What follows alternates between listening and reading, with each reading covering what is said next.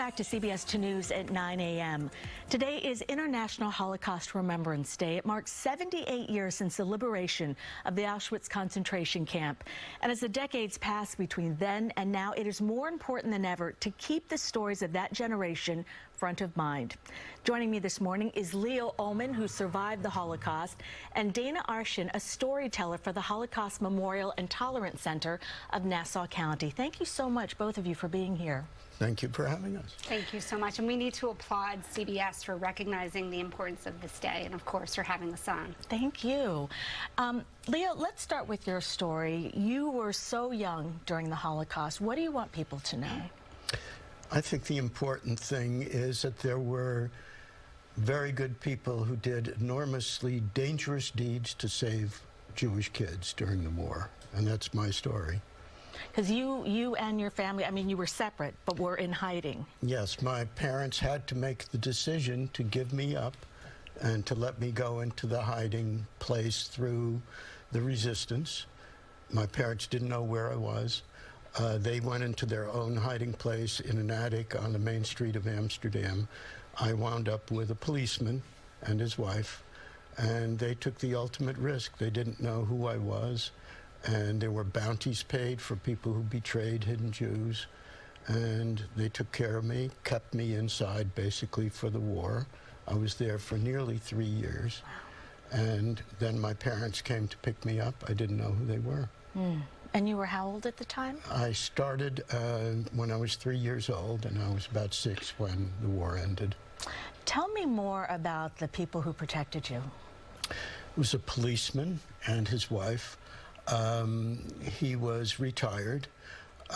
His wife was very religious and Dutch Reformed.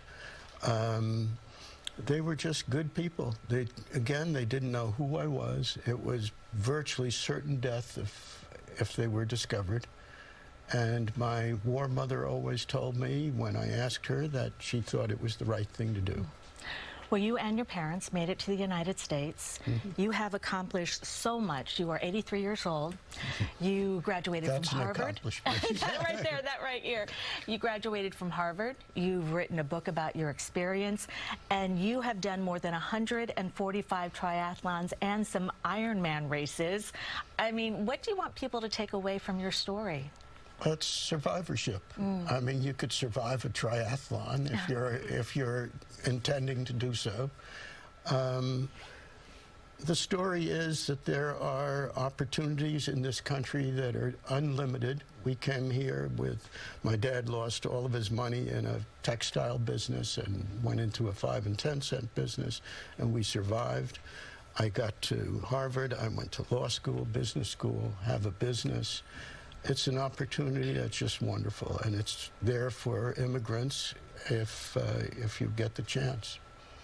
Dana, your grandfather was also in the Holocaust. He's 100 years old. He's 100. Oh, my goodness. Tell us about him. Yeah, so I call him my poppy, and everything I do is for him, the reason I do this work. He was one of 9 children when the war broke out, living in Poland, and both of his parents and 5 of his siblings were murdered. He was in a ghetto, he was in a forced labor camp, and then he went into a cattle car with hundreds of other prisoners for days, and he arrived at the Auschwitz-Birkenau concentration camp. He survived more than 2 years of forced labor there, and you know, his story is he never wanted to die. And so many did. So many people took their lives on the electric fence. He never gave up, and that's why I feel it's my obligation to keep his story alive and to keep the memories of the Holocaust alive, because if I don't, who will?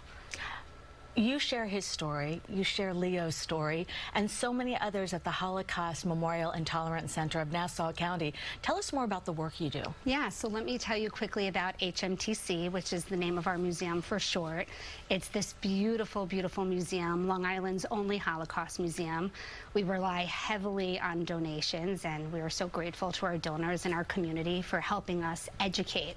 Last year, we educated 50,000 people, including students and nurses and even law enforcement, and we teach them how to be upstanders, because during the Holocaust, so many good people did nothing. They were bystanders.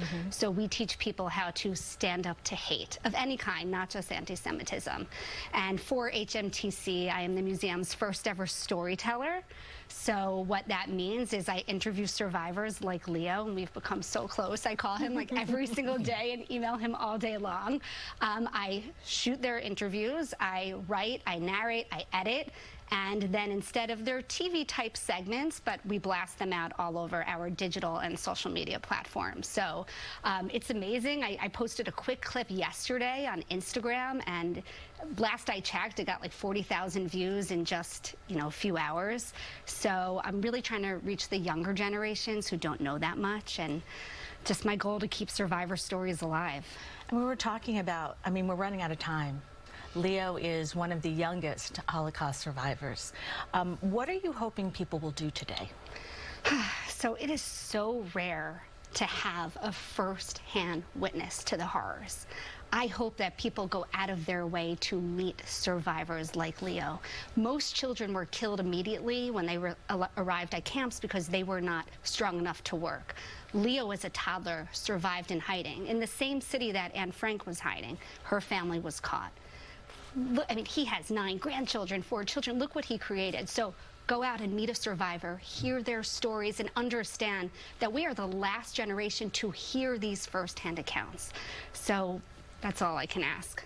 Deanna, Leo, thank you so much for being here. Thank you very much for sharing your story. Thank you. Are you going to be racing anymore? I don't think so. A woman with a baby carriage was going faster than I was. Well, he raced into the city this morning. Oh, well, it's so good to see you both. Thank you for having us. Thank you very much. Now, to learn more about the Holocaust Memorial and Tolerance Center, head to cbsnewyork.com. A state-of-the-art health